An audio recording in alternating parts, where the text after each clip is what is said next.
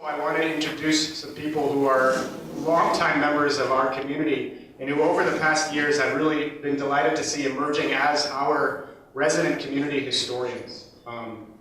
There was a series of months where every time I would come into the multi-purpose room, I would see Linda in particular trying to make sense of all these different historical documents that we had floating around, to organize them, and now to place them into the beautiful JCA archives, which is a big, big filing cabinet that you'll see as you go into the multi-purpose room. And so I just am amazed and so appreciative by the work, Linda, that you've done to pull the documentary history of our community together.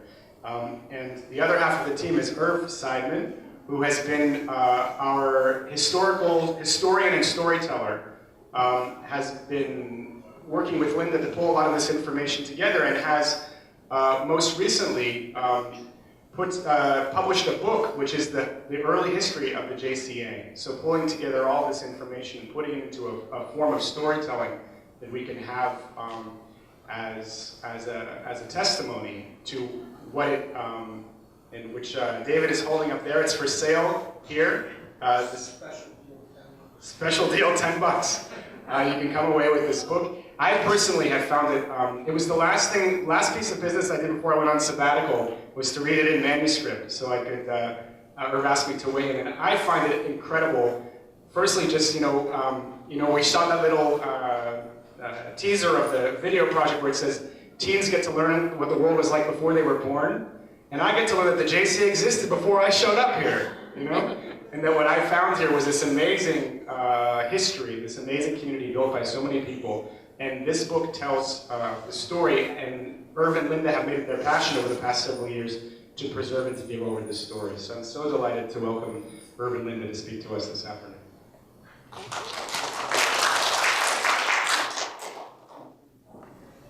Thank you very much, Rabbi. I love the way you attribute to people. It's so respectful. And I'm honored that Judy Davis and the Chesed Committee invited me to speak with you today about the book Jewish Community of Amherst, The Formative Years, 1969 to 1979.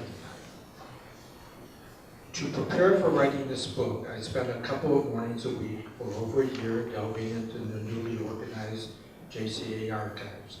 I reviewed board minutes, committee minutes, correspondence, newspaper clippings, and old JCA newsletters. I also conducted interviews with 26 early and founding members of the JCA.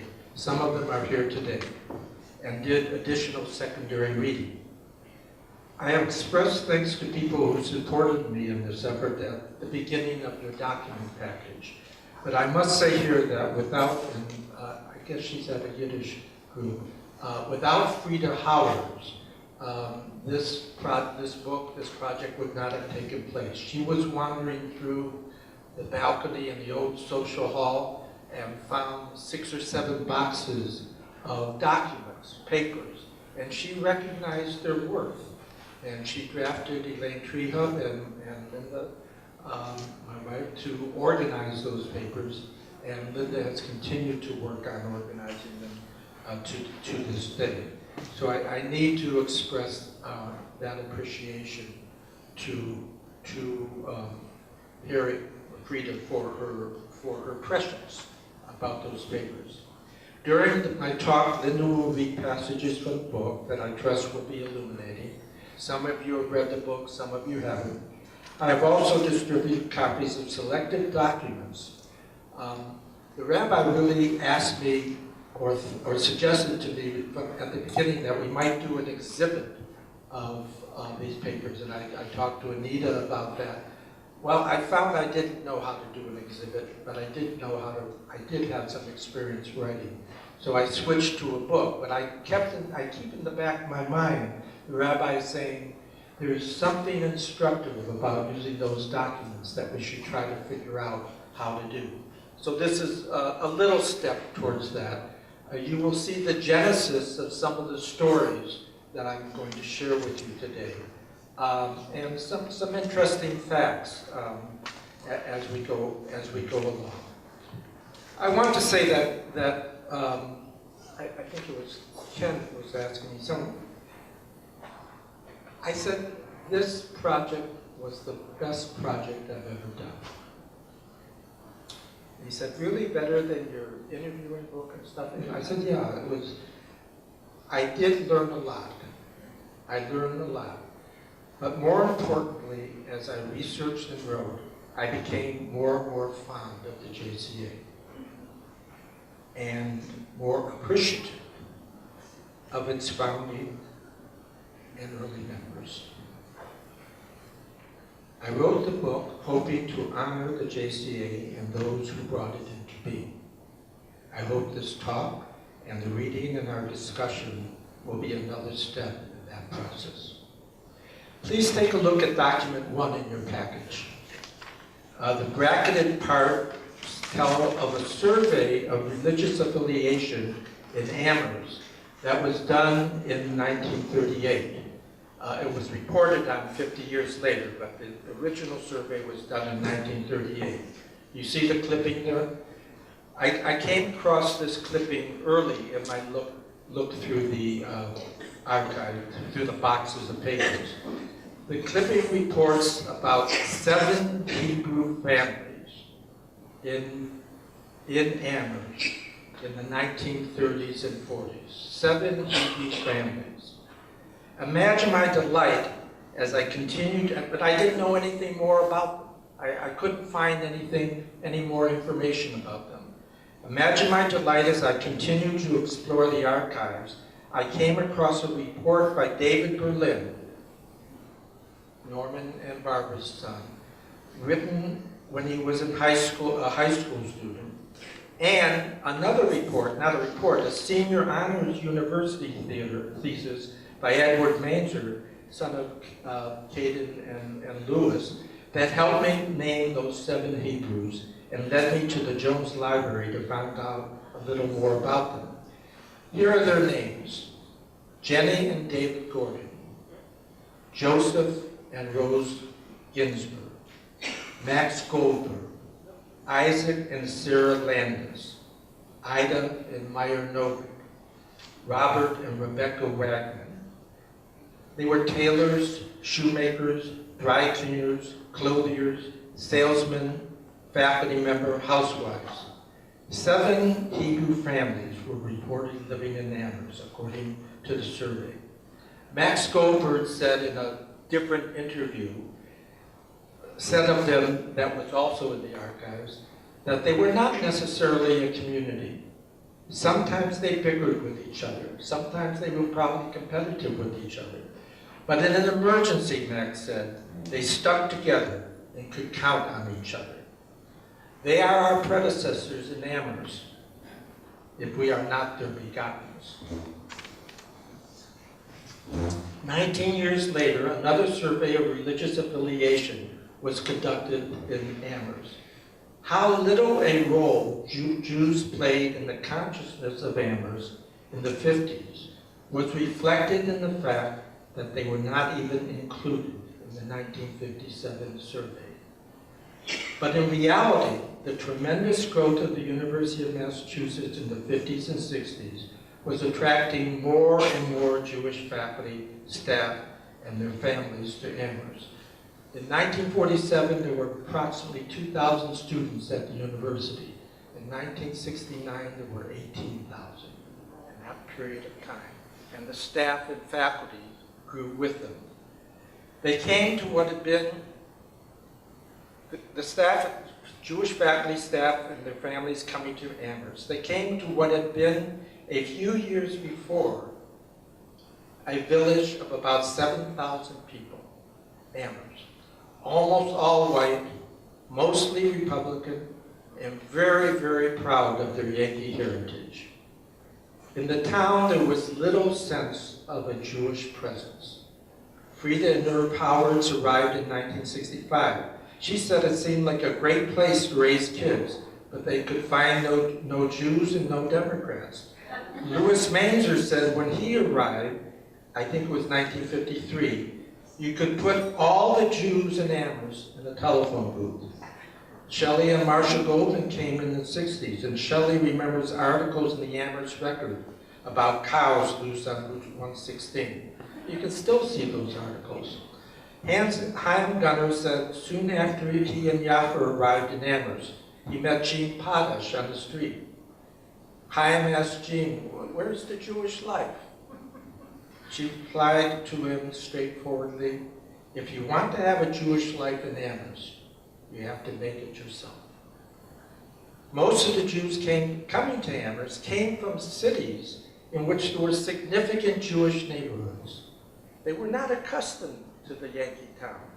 If nothing else did, their neighborhood, with their stores selling kosher meat, their elders speaking Yiddish, their shuls, the organizations for landsmans, told them they were Jews. They knew who they were. There was no such thing in Amherst. Amherst did not support a sense of Jewish identity for themselves or their children. Jewish university faculty, staff, and their families started to seek each other out. In good weather, they met on the street and asked where to buy Sabbath candles, get kosher food, find the challah for Shabbos. On campus, Jewish faculty started to have lunch together. In one interview I asked how this group got its name. I was told that in order to make reservations for lunch at the faculty club, they had to have a name. So they with some prescience, called themselves the Amherst Jewish Community, the AJC. They met to schmooze, to hear speakers on Jewish cultural subjects, perhaps to watch a film. Their families hosted Purim and Hanukkah parties for the children. To recruit new members and for their own pleasure, they held a very popular deli dinner in the fall in which they invited any Jew they could contact. And they would ask, "Do you know a Jew? Anybody?" They build a list. Have you ever been in the university? What is it called? The center, the student center. Chabad has a table there, and you walk by and say, "Are you Jewish?" And I think we did that in the early years. In document 2, there is a list of early membership. I think this may be the earliest document we have in the archives. It's from 1959. I think the group was formed in 57. But it shows some of the members and the dues they paid, $5 a year. Our modest beginnings, $5 a year. Many parents and grandparents were worried about their children's sense of their Jewish identity. Jeanne Potash and Barbara Berlin said that children were coming home from school singing Christmas carols and Christmas hymns and saying that that was their favorite music.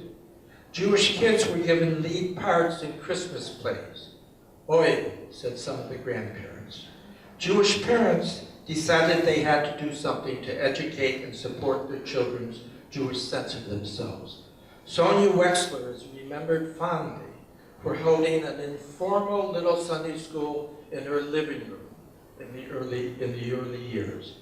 In 1966, 3 years before the JCA was formed, the parents got together and incorporated into the Amherst Jewish Education Committee. And it had overlapping membership with the Amherst Jewish community. They had serious discussions about what would be taught at the school. One important issue was the place of Hebrew. Haim and Yaffa Gunner urged that Hebrew be taught as a language, not as just a set of symbols kids could pronounce. Others argued against Hebrew being in the curriculum. Some urged that the word God be minimized in the curriculum. There is an amazing, what I find a remarkable statement, if you look at document 3, which is the incorporation papers of the Amherst Jewish Education Committee. If I wrote this statement and just send it out blind, I would ask you, what Jewish organization do you think would have written this statement? And I'll bet you would say Well, I won't say what you were saying. But notice what it says. The attitude of the school toward the Jewish religion shall be one of explanation rather than advocacy. Belief, worship, and religious practice are considered to be private matters. This is a remarkable statement that reflects the very wide range of beliefs that was included in the membership of the early Jews in Amherst. I told my son about that statement, and he said, "Oh, that explains why we were never taught to read prayers. I always wondered about that." Another result of the principle was the preparation for bar and bat mitzvah became the primary responsibility of the parents, not the JCA. Then they started the school in the fall of 1966. The incorporation papers indicate that the location was the Masonic Hall in downtown Amherst. Everybody know where that is? Right next to where the black sheep is, set back just a little bit. This is where our first school. Let's hear a description of what it was like. Then this book. Barbara Elkins described what it was like to have the AJCEC school there. Classes were held in the auditorium, in the kitchen, in halls and stairwells, and the principal's office was in the stairwell. At least 50 children were enrolled. At some point, the fire chief learned we were holding classes in that building. He inspected and decreed that not only could the school not continue there, but if he had known we were holding classes there, he would not have allowed it at all. So we had to look for a new place to meet. Arrangements were made for us to hold Sunday school classes at the School of Business Administration on the university campus, and midweek Hebrew classes at the Newman Center. Our children were never sure whether everybody traveled as much as they did to pursue a religious education, or whether another definition of being Jewish was to be a nomad, but they adjusted. Elaine Trehub also described the early years of the predicament. We got a little school going. We met all over the place. I remember Pastor Koenig of the Lutheran Church. He was eager to give us his sanctuary to meet in, but the sanctuary had an enormous cross, and I looked at it, and he looked at it, and he said, "This is probably not the place for you to meet. Let me show you our social lounge." And that was where we met. Pastor Koenig was an amazing supporter of the Jewish community.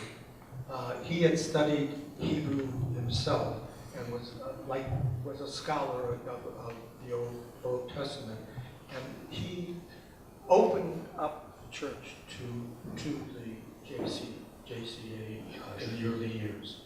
The early principals of the school, Barbara Berlin was one of the first. They went on sabbatical, and Diane Changes became the principal. She served for 18 years. They had to worry each year about where they would be next year. They, the teachers and supporting parents, would have to schlep boxes of curricular materials and school supplies back and forth from where the school was meeting that year to their homes. They couldn't leave things in the places at which we were guests. At first, the schlepping from place to place was a challenge. There was excitement. We're building a school. All the parents pitched in. But later, it became a burden, Diane said, and it had to be remedied. In July 1969, the JCA is formed.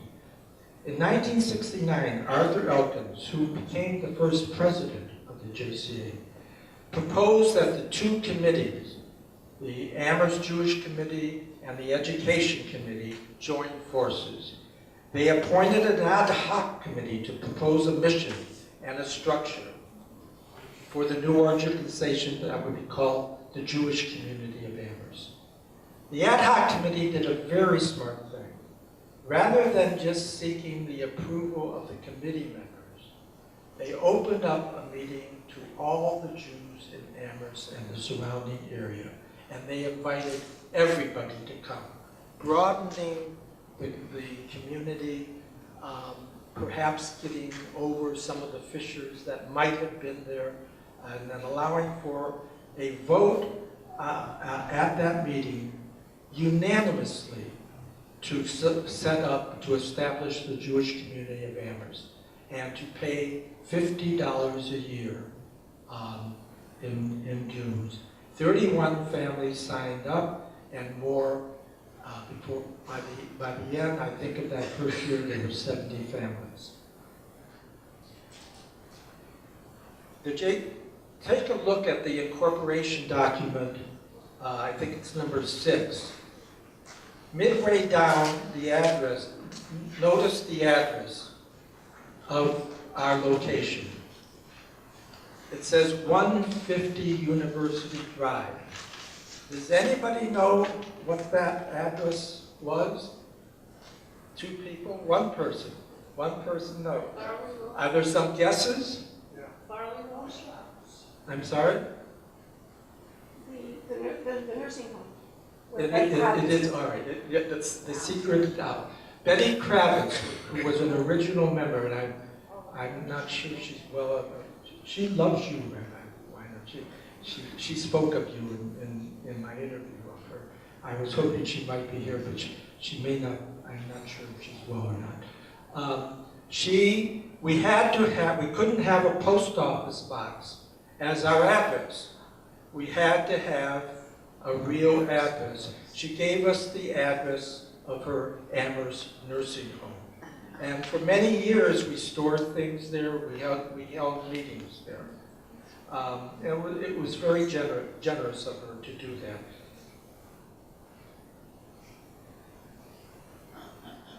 The JCA in July 1969, had a board of directors and a committee structure. Despite the fact that the high holidays were early that year, less than 2 months away, the board knew that for the JCA to sustain itself, it would have to grow. The high holidays would be an important introduction of the JCA to the wider Jewish community in Amherst. We had no place, we had no high holiday prayer books, we had no Torahs, we had no rabbi, and we had 2 months to do the job. The High Holidays Committee now, I've seen it, has a thick book saying what to do for each minute almost to set up for the services. The Religion Committee in '69 had nothing, they had to start from scratch. Amherst College made their Venerable Johnson Chapel available free of charge. B'nai Israel lent us a portable ark. Temple Beth Elohim of Wellesley lent us a Torah. The New England offices of the Reform movement provided us a rabbi. There have been some discussion of perhaps associating with the Reform movement. The rabbi was an honored scholar. He was told, he was warned, that his congregation would be full of intellectual skeptics. Rabbi Shayet was a scholar, and I think he met the challenge, and he could hold a tune. How did the services go? Combing through the archives, I found an answer to that question in a little story written by Elaine Trio.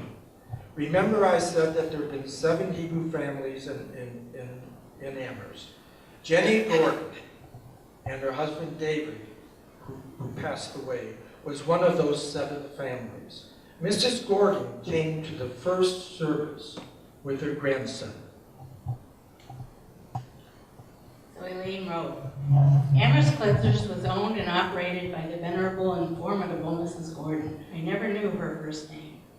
Once she had confirmed that we shared Jewish roots, she told me often and at length what it had been like when she and her late husband were, she assured me, the only Jews in town. What she described was both interesting and unique, and no one in the years since has provided for me a picture of the American Jewish experience through quite the same lens. She was a native of North Adams and had taught grade school. She and her late husband were welcomed at meetings of the Elks, she said, where her pure Yankee-inflected English would have blended seamlessly with the voices around her. Still, she confessed she did not feel among my people. Later, she came to the first high holiday services we conducted as a community in Johnson Chapel at Amherst College, one of the many shelters offered to us during our early nomadic existence. Amherst College presidents, upright New Englanders all, watched from their portraits with great interest and surely some bemusement as we practiced our exotic rituals in the autumn sunshine that came through the tall windows and warmed the white pillars and polished pews of the classical Protestant congregational interior. Mrs. Gordon sat proudly in the row ahead of us with her grandson, an Amherst College undergraduate from Ohio who had come east to the college his father had attended as a Jewish boy from the town. I lost track of the number of times she nudged her grandson, occasionally glancing back at me, saying, "Can you believe this is happening in Amherst? Can you believe it?" Our first Torah story. For 3 years after the JCA was formed, we borrowed Torahs, but we had not made a commitment to own our own. Betty Kravitz's former shul in Pittsfield lent us a Torah in the early years, but they were very worried, and for good reason, for its security. The Torah we borrowed was often stored in the home of one of the members of the religion committee. The Pittsfield synagogue's concern grew to the point that to assuage the worry, we had to insure the Torah for $2,000 and agree to store it in the vault of the biggest insurance company in Amherst at that time, Blair, Cutting and Smith. You'll see a letter, document number 7. Document number 7, which tries to assure the Pittsford Shul that we were taking care of the Torah. The board decided that it was imperative for the JCA to purchase their own Torah. But as you know, purchasing a Torah that is kosher is not a simple task, and it requires a certain level of knowledge to make a careful purchase. Yehuda Goldman, the father of Shelley Goldman and father-in-law of Marcia Goldman, came from a long line of prominent rabbis. He was yeshiva trained, deeply learned, and active in Jewish life in the New York City area. Shelley informed the board that his dad would be willing to look for an appropriate Torah for the JCA. The board asked Yehuda Goldman to be its agent in inquiring a suitable Torah. Mr. Goldman knew the Lower East Side, and he knew who the legitimate sofers were. He found one, Rabbi Moshe Eisenbach, who was rehabilitating a Torah from Poland and was offering it for sale. Here's the letter that Howard Segul, the chair of the committee, wrote to Yehuda Goldman in the process. As you have probably heard already from Shelley, our board is trying hard to keep up with the pace you have set for us in the Torah Acquisitions Project. I hope we are responding with all the specific information you need to effect the transaction.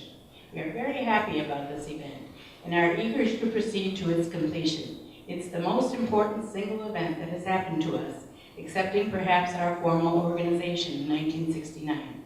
We are grateful for the interest you have shown and the time-consuming actions you have taken on our behalf. We have complete confidence in the quality of your judgment, which we simply would not possess. We appreciate that you are exercising it on our behalf. Perhaps this will all come to fruition in a few weeks.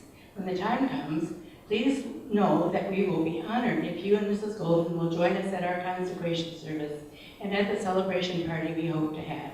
Cordially, Howard Segul. The sentence that stands out for me in that letter is, it was the most important action we have taken in the history of the JCA. And if we have time at the end, maybe someone might talk about what did he mean by that? What was behind that statement? Mr. Goldman brought the Torah to Shelley on the evening of December 10, 1972. Later that night, Shelley took it to a religion committee member for safekeeping. That member called Howard Segul the next morning and said the Torah had arrived, and it was the most beautiful Torah he had ever seen. Mr. Goldman also brought a bill of sale that Rabbi Eisenbach dictated to him. If you look at documents 8 and 9, you see the bill of sale in which Rabbi Eisenbach assures us that the Torah is kosher, and a picture of Rabbi Eisenbach that I found on the web. There was something really. Shelley, in one of his notes, had a telephone number for Rabbi Eisenbach. I looked on the web, and I found the same numerals, but with different first three numerals. The very same four numerals, but with different the first three numerals were different. I called him. The area code was, I called. I said, is this Rabbi Eisenbach? He said, yes. I said, no. I said, what was your father's name? He said, Moshe Eisenbach. I said, he was our sofer for our Torah. And I said, do you think he has any notes about the Torah or anything? I was still trying to find out about the Torah. And he said, no notes. I told him a little bit about the story. He said, yeah. Then he said, how much did you pay for the Torah? I said, $475. He said, that Torah would cost you $12,000, $13,000 now. You got a good deal. We got a good deal. We got a beautiful Torah. And the story does not end with our acquiring it. Shelley Goldman wrote a historical sketch of what he was able to learn of the Torah from what Rabbi Eisenbach had told his father. In his sketch, Shelley identified the Torah as having come from a town in the northeast of Poland named Zedeko. And I wonder, Karen, if there are any people mentioning that town. Probably not, for a different reason. The Yiddish name for the town was Zettel.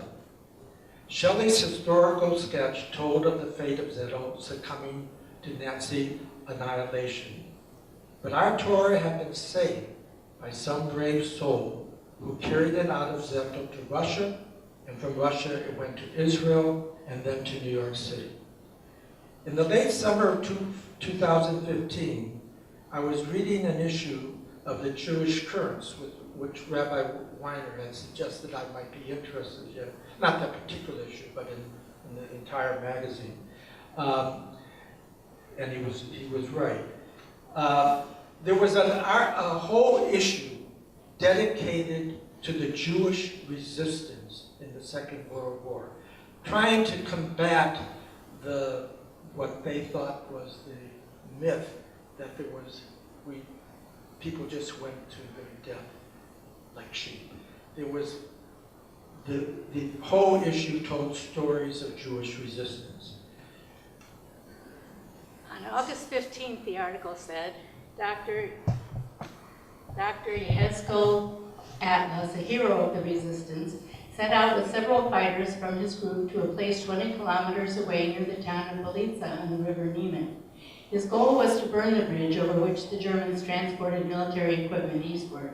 On their way, they met people fleeing in terror from Zettel, where a general slaughter of the inhabitants had taken place. The name Zettel and the word slaughter sprang from the page of the magazine. Suddenly, Sheldon Goldman's historical sketch took on a more awful, specific, concrete import. I was prompted to search the internet for information about Zettel. A reprint of a short book, Zettel, Our Town, appeared. The following is excerpted from that book. In 1942, the Jews of Zettel and surrounding villages were forced into a ghetto that was created in their town. The Jews in the ghetto moved closer to their tragic end. Crowded, disconnected, forever hungry, sick, and afraid. On April 30th, 1942, the Jews of Zettel were gathered in the old cemetery, and about 1,000 of them were massacred in the Kirpschitz forest. On August 6, 1942, the remaining Jews of Zettel were ordered to gather at the marketplace and its close-by buildings, and 2,500 were killed at the new cemetery. After these two massacres, Zettel came to an end.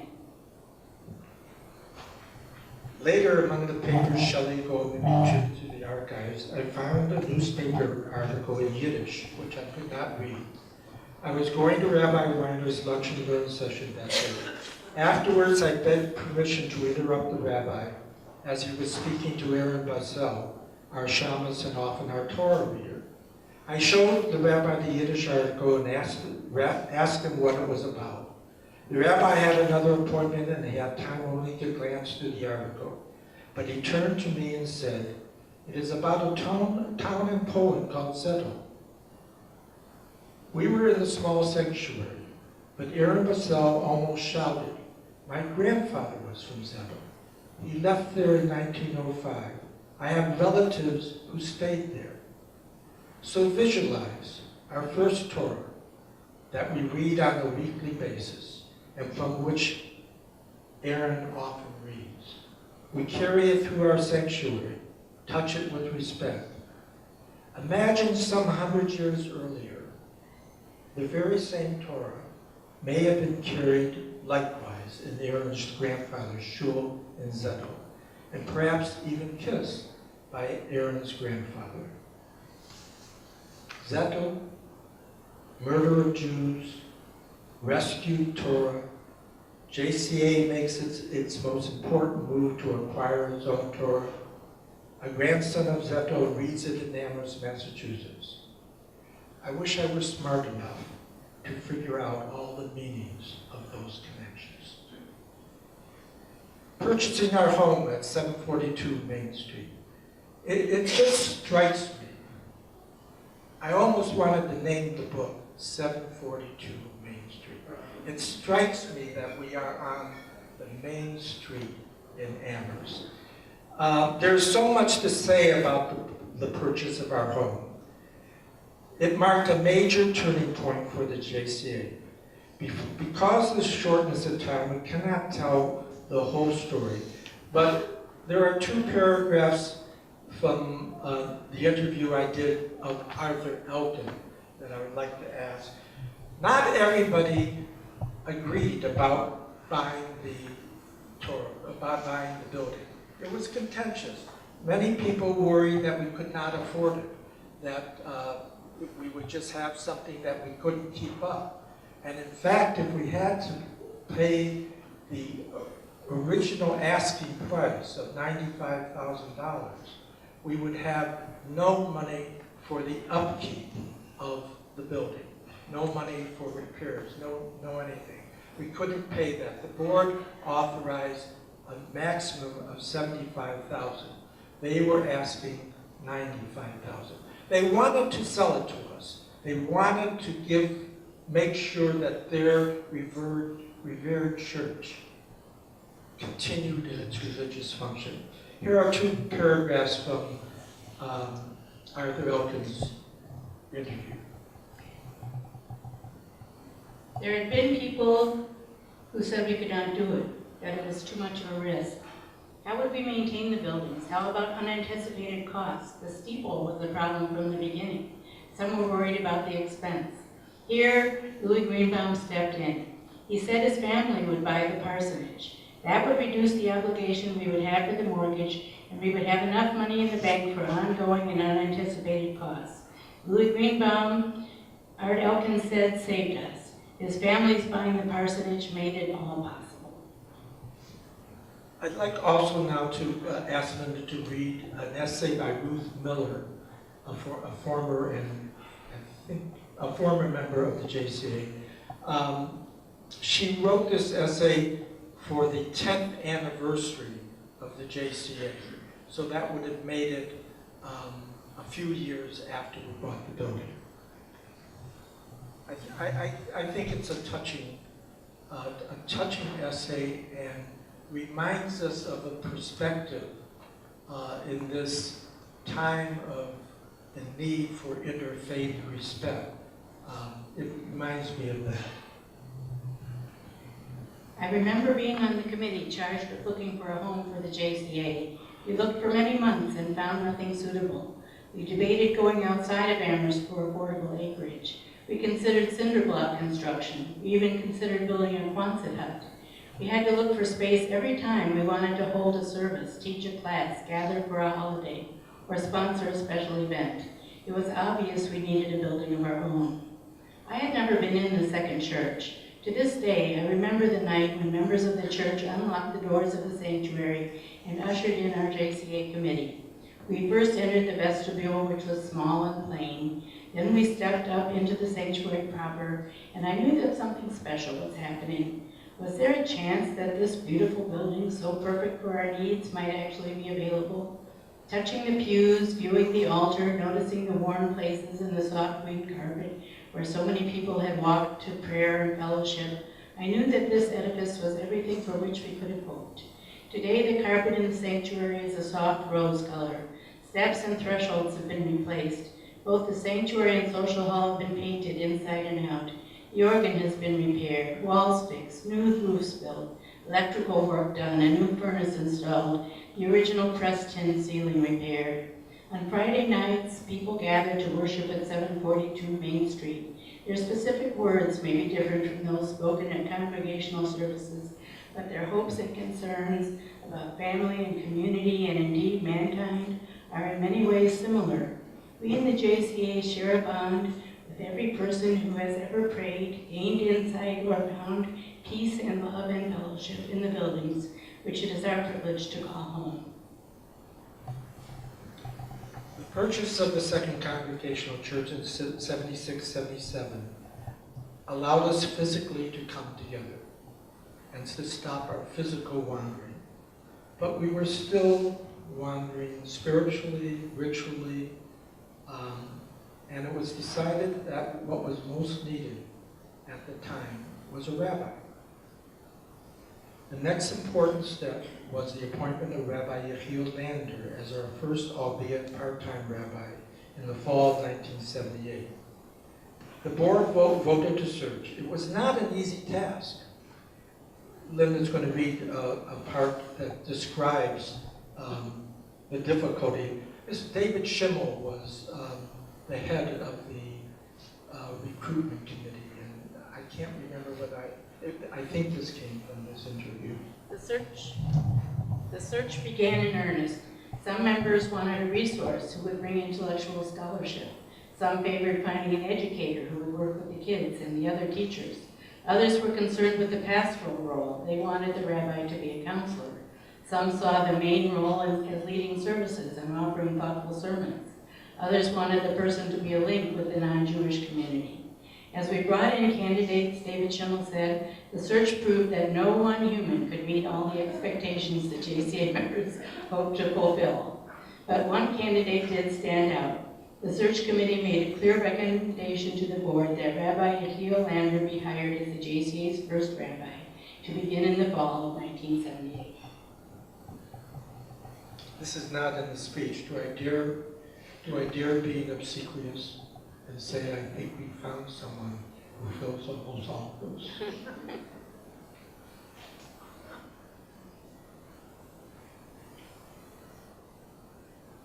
I'm just trying to get this. Rabbi Lander made many contributions. The three that stood out to me was, one, he said Shabbos happens every week. We should have Friday evening services every week. And the JCA responded. Two, and he said, I had a chance to interview Rabbi Lander. He said the thing about his work that he was most proud of was he started a group for couples who had partners who were not Jewish, an interfaith marriage group. And he said he loved nurturing, teaching, and encouraging that group to play a full role in the JCA. And his prescience, I think, has paid off wonderfully for the JCA over the years.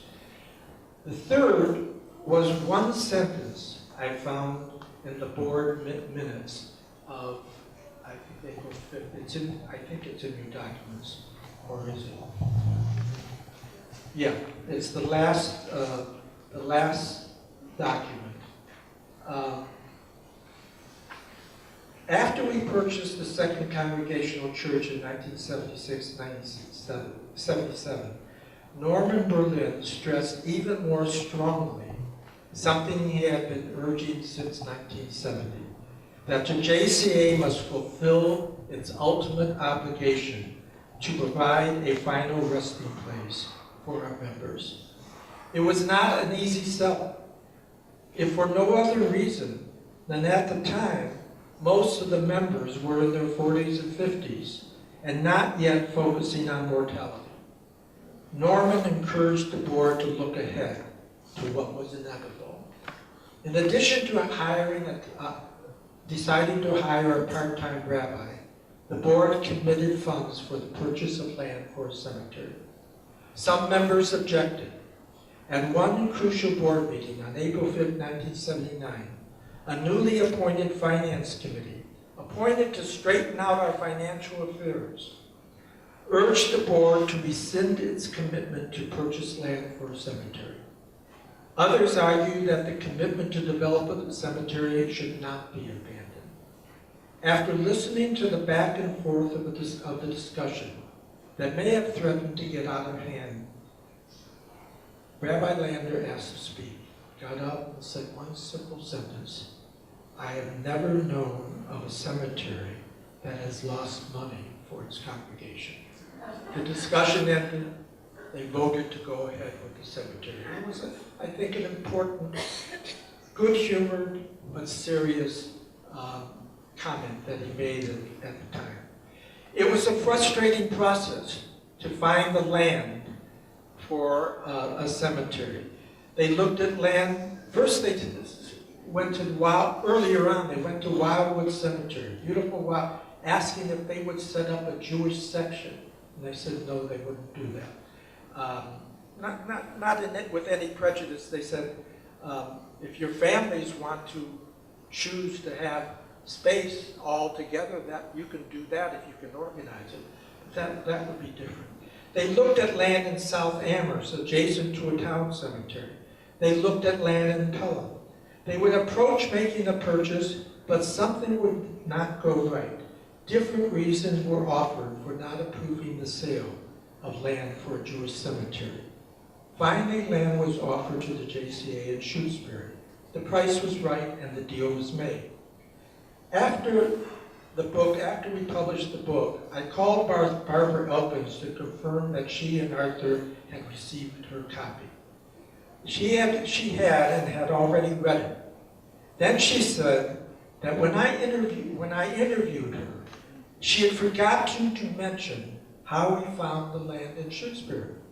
She said that after we had been refused, turned away, or just couldn't come to terms for a piece of land a number of times, Walter Jones, known as the third largest landowner in Massachusetts, the father of Dennis Jones of D.H. Jones Realty and Paul Jones, Paul's now deceased, the head of W.D. Cole's Lumber.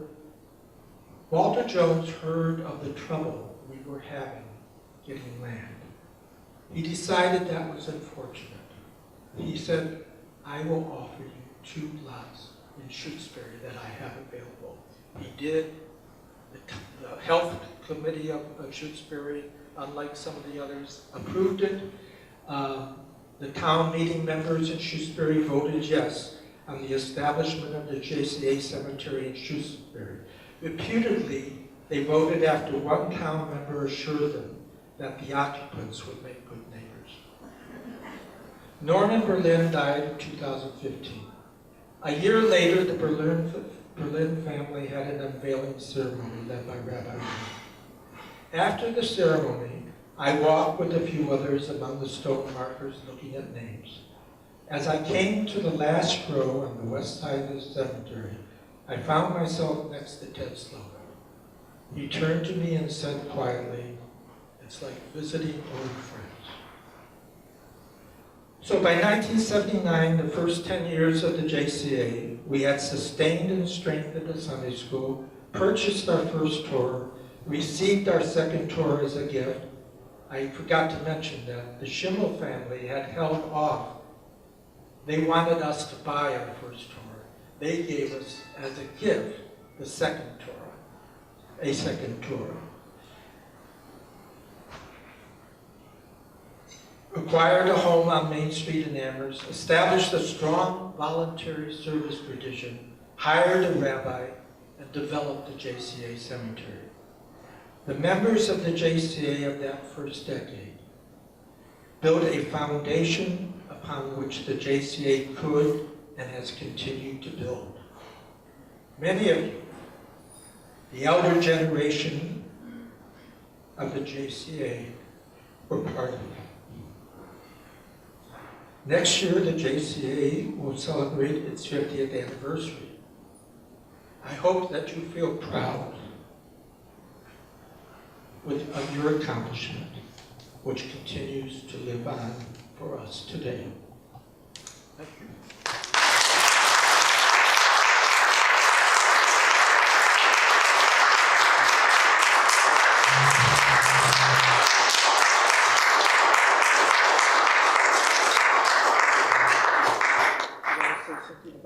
Oh, I was just going to say that if you want to come after this into the multi-purpose room and just have a look at the archives and see what's there, I'd be happy to share. I'm sure I left out plenty of, for a short time, I left out plenty of stories. I am interested in, Rabbi, if you wouldn't mind, how do you understand the statement that getting our first Torah was the most important thing we had ever done? Would you be willing to talk to that a little bit on the spot? I can only speculate, of course, but it seems to me that to decide to own a Torah scroll is to really say we mean it in a way. We're not just kind of loosely affiliating for a Jewish kind of social club or something like that. Once you have a Torah scroll in your possession, whatever else it might mean, it's saying we as a community take responsibility for being a Jewish community with a Torah scroll. And it's no longer up to us just to simply vanish off into the woodwork. If we choose to no longer be a part of this, we've decided we're now really carrying the sacred purpose of Jewish life in a very real and tangible form. And that's how it feels to me.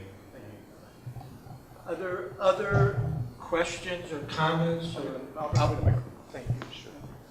I'm Jeanne Potash, one of the original founders and purchasers of the cemetery and building and everything else. I wanted to thank you, Herb. It was such an interesting hour. You gave us a copy of the book and I read it and I loved it then and I loved hearing it again with your side stories. I just want to tell this group what an excellent interviewer Herb is. He came and he sat in our apartment at Applewood and he talked to us for over an hour. Then he came back and he talked to us again. And his technique was so gentle and so kind that when he took a picture, and he's a good photographer, we both had this mellow look on our faces. It's really amazing how lovely the experience was, and I thank you for your work and everything you've done.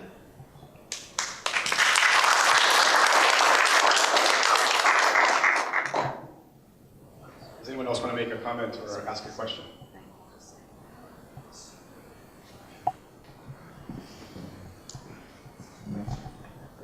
Ken Talan.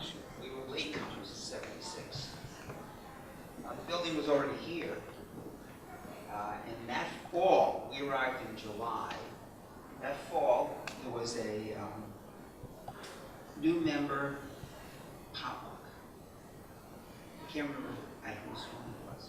But we walked in and thinking we wouldn't know anybody, really. And there was someone who was part of my youth, childhood. And I looked at him and I said, Lenny. And he said, Kenny. And that was a very warm welcoming into the community. And we had been looking and thinking about that. We'd been I was in the military, and my older daughter wanted to know what did she have in terms of religious education. We went looking and found Jewish community there. It was very pathetic in the sense that the rabbi traveled from air base to air base and would have services episodically each month. And this was home. And we've been here now 42 plus years. And my thought about the Torah scroll is that taking ownership of that is that larger connection to the history. People look the book. It's the book. Once you own the book, you are clearly, concretely connected to all that history. All that history. Thanks. I was 10 years old when we got the building, and when I was a girl growing up in Amherst, Rachel Vigderman, Greenbaum, Hilda is my mother, and Louis helped to find the building. In any event, growing up in Amherst, there were very few Jews, and I felt very uncomfortable, and I pretty much knew nothing from Jews or Jewish, except for, my experience here. But one of the things I remembered was how diverse the community was. I mean, there were members who went to yeshiva in Brooklyn. There were probably agnostic, atheists. We were all one big group with on the full spectrum of religiosity. I guess that's the word. But I think the Torah represented our commonality. Like, no one could dispute that this is our Torah, and this is our belief system. And I think it was sort of a uniter, because we were such a diverse community with regard to how we should pray, what we should teach, how we should express ourselves as Jews, etc.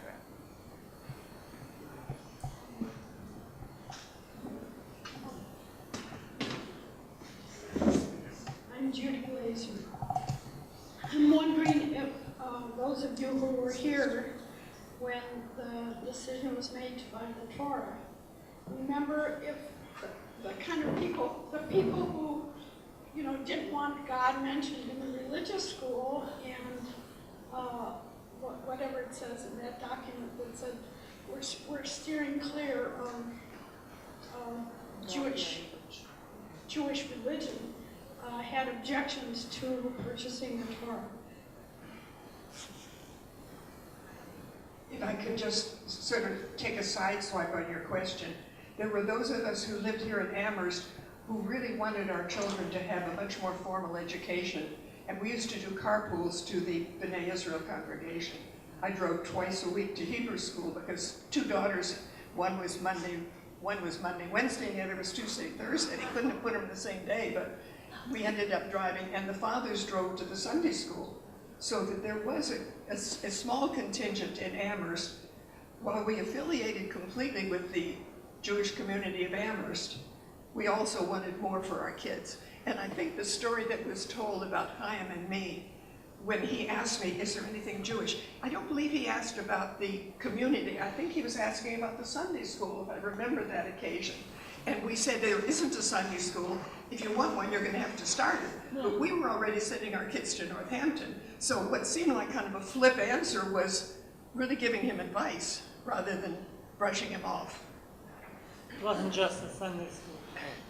Was there any perspective on Judy's question about what was the general tenor of feeling around the Torah scroll, or did any of the secular religious divide play a role? Does anyone have any information about that, or any recollection?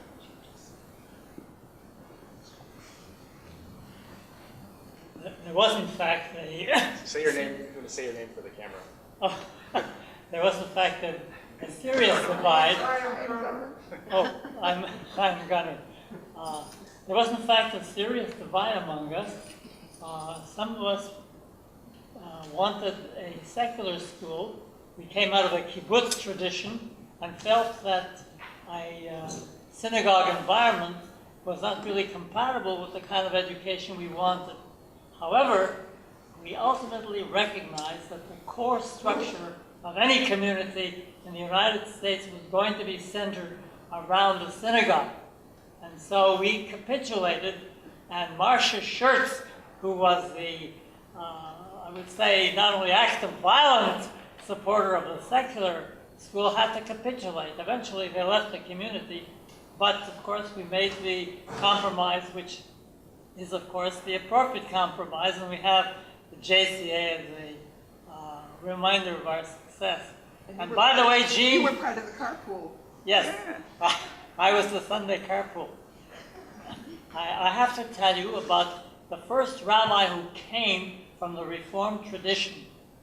He came with a proviso that he could not sing. And so we had to make, how shall I say it, alternatives. It turned out that I was the first one to sing the first Kol Nidre in our tradition. And I remember it because Diane Chages afterwards came over to me and she said, Chaim, when you sang the Kol Nidre, tears came into my eyes. And I said, stop it once, I don't want to hear why.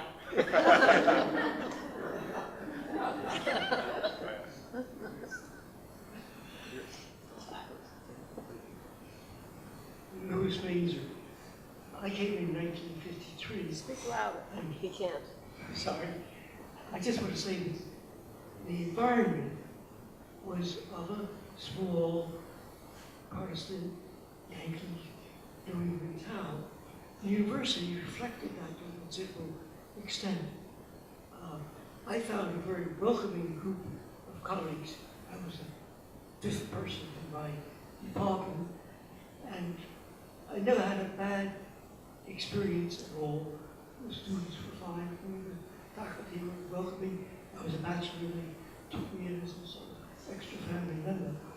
But there was, in the economics department, there was a head whose name I won't mention, who was speaking with, and he hired a Jew. And this fellow came to Amherst or wherever. I never knew the person. And he said he was assigned, we all taught 6 days a week. That was the Puritan tradition here. So he told the head, he said, Phil, I can't teach on Saturday. And he has to go over to the shul in Northampton. And Phil regarded that as a great mistake on his part. He said he would never hire another Jew. They were too difficult to work with. But so there were residues of a smaller, less cosmopolitan, less welcoming environment. But as I say, my own experience, and that most of us who came along was a very welcoming one where religion was no longer an obstacle. Thank you.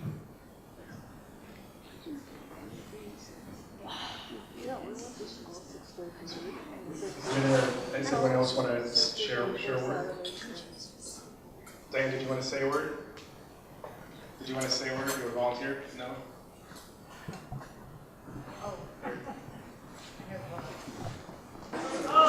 I was in charge of the Sunday school for many years, and at the very beginning, I guess somebody asked me to take the Torah home, put it in a safe place, and my parents came up to visit from New York.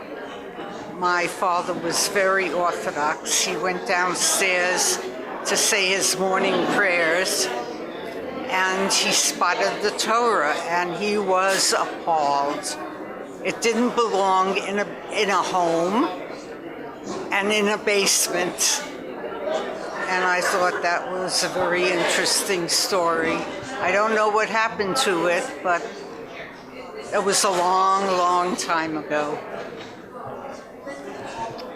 Appreciate anyone can, amass facts and figures and details, but we were just told this story with such heart and such elegance, and I really appreciate Irv the way that you did that, and Linda the way that you provided the voiceovers and the documentary, reading the documents.